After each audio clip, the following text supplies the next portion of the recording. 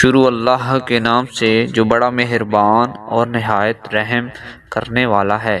سیدنا ابو سعید خدری رضی اللہ تعالی عنہ سے روایت ہے کہ نبی کریم صلی اللہ علیہ وآلہ وسلم نے فرمایا، جہنم سے ایک گردن نکلے گی اور وہ کہے گی، آج 3 قسم کے لوگوں کو میرے سپرد کر دیا گیا ہے۔